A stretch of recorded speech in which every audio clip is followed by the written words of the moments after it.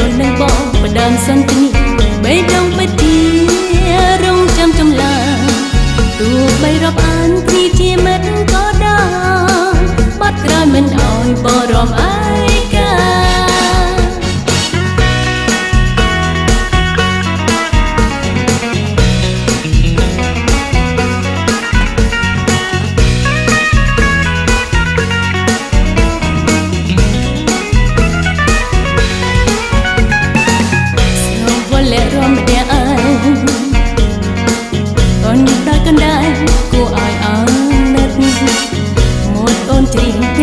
មើលវងក្នុងចិត្តលួចគិតគួចស្នេហ៍លើកឡើងបានត្រឹមតែគិតលួចនឹកសម័យសម្រាប់ចរណៃរូបអូនគឺមានละសូមអញ្ជើញឡើងរំចាប់គូឡើងរំឆាត់ឆាត់ឆា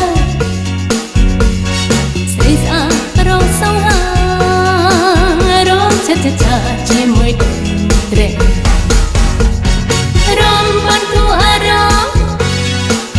កំឡុងក្រមុំរំពេលរីត្រៃ